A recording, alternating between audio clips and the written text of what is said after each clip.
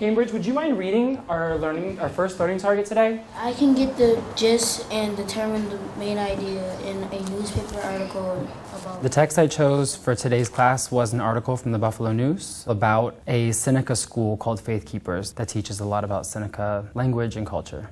Look at some of the important words in there. What's an important word in this learning target? Go ahead, Javert. Seneca. This Seneca. Right now, the fifth graders are studying the idea of culture through various case studies. Mainly, they're focusing in on indigenous Native American peoples of Western New York. What's another important word that we're looking at, Mr. Suppa? Main idea. Main idea. What is that big idea that's really important to the author? In an assessment that I'd given my students recently, I would notice that they weren't picking out really important details, especially as they relate to the main idea. So this lesson was really designed to help kids to see the connection between important details and main idea. What's another important word that we're looking at? Christian. Gist. Gist. What is the gist? I'm asking you to jot the gist in the margin. What are you writing about? The important parts of the story or article. Yeah, or what it's about, right? Today we're going to be starting a close read of a brand new text. I want you to think about all the close reading we've done before. We do a close reading process in my classroom, and it's often a multi-day process. And the first time kids read, they're reading just to get the flow of the text from the beginning to the end. And this is sort of a low-stakes moment in reading. And I want you just to read for the flow, all right? Show some perseverance. The second time they go back to the text, they're annotating it in several different ways in order to help them understand it. Circling important words and jotting the gist in the margins.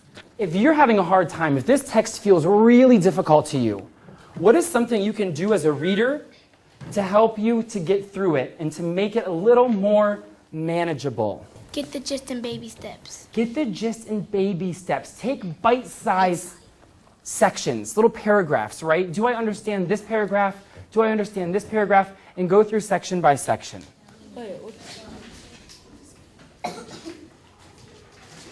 I started reading the article by reading the whole thing just for the flow. I used to do a lot more scaffolding and pre-reading activities before I let kids have a turn with the text. Something I've noticed about my students is that now that they're used to reading a text on their own for the first time and trying it out, they've shown a lot more perseverance. And then I read it again and underlined all the important words, like traditional, school, and some of the names.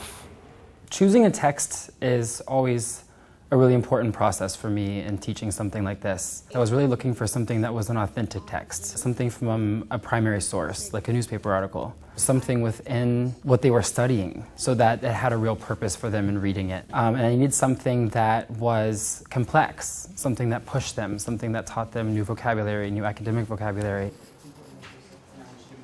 After every section I read, I wrote the gist down. And I went back in the paragraph to see if I was right, and then I went to the next one. I gave my whole class the same complex text.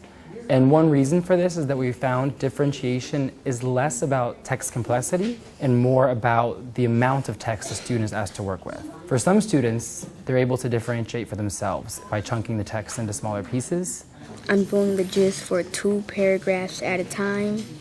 Demon Dowdy and his wife, Sandy, started the Seneca Faith Keepers. For other students, we actually break the text up for them so that they only see a smaller amount of text at a time and don't become overwhelmed by the idea of what they're about to read. So look back at the title, look at some of those important details you underlined, look at the gists you wrote. I want you to jot your idea for this.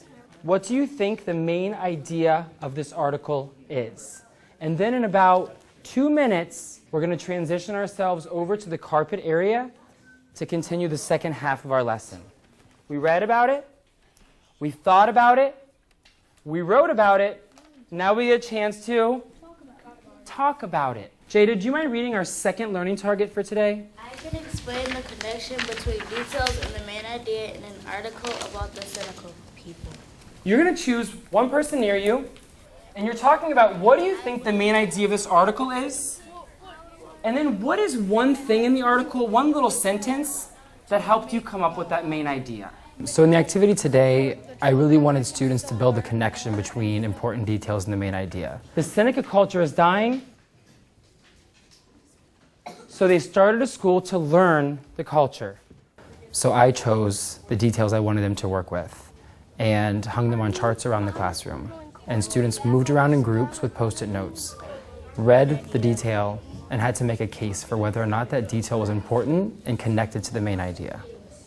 Working with complex text can be really challenging, and these kids are 10 years old, so they get really antsy. So I try to design my lessons in ways that give them time to get up and move around the room. That's because it's like your mom sees something and she speaks the language and they won't be able to understand her. Yeah, because it's just part of their culture. Right. I try to get kids talking to each other about text as much as possible, and it allows them to understand parts of text that maybe they didn't understand on their own, but can get from up here. I want to debrief with this question. What detail did you think was important? How did it connect to the main idea?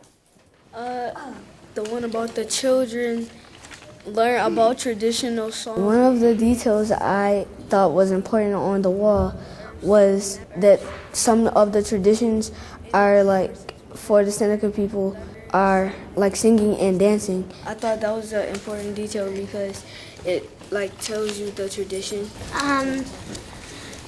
99% of Senecas don't know how to speak the Seneca language because that's about how their culture's dying because none of them really know how to speak their own language. Yeah, so that one really goes back to that first part of the main idea that we said, right? The Seneca culture is dying.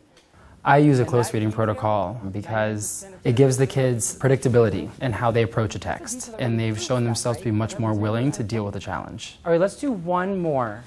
What's a detail? Mr. Sapa. I did attending the school is a major commitment for the young people and their parents.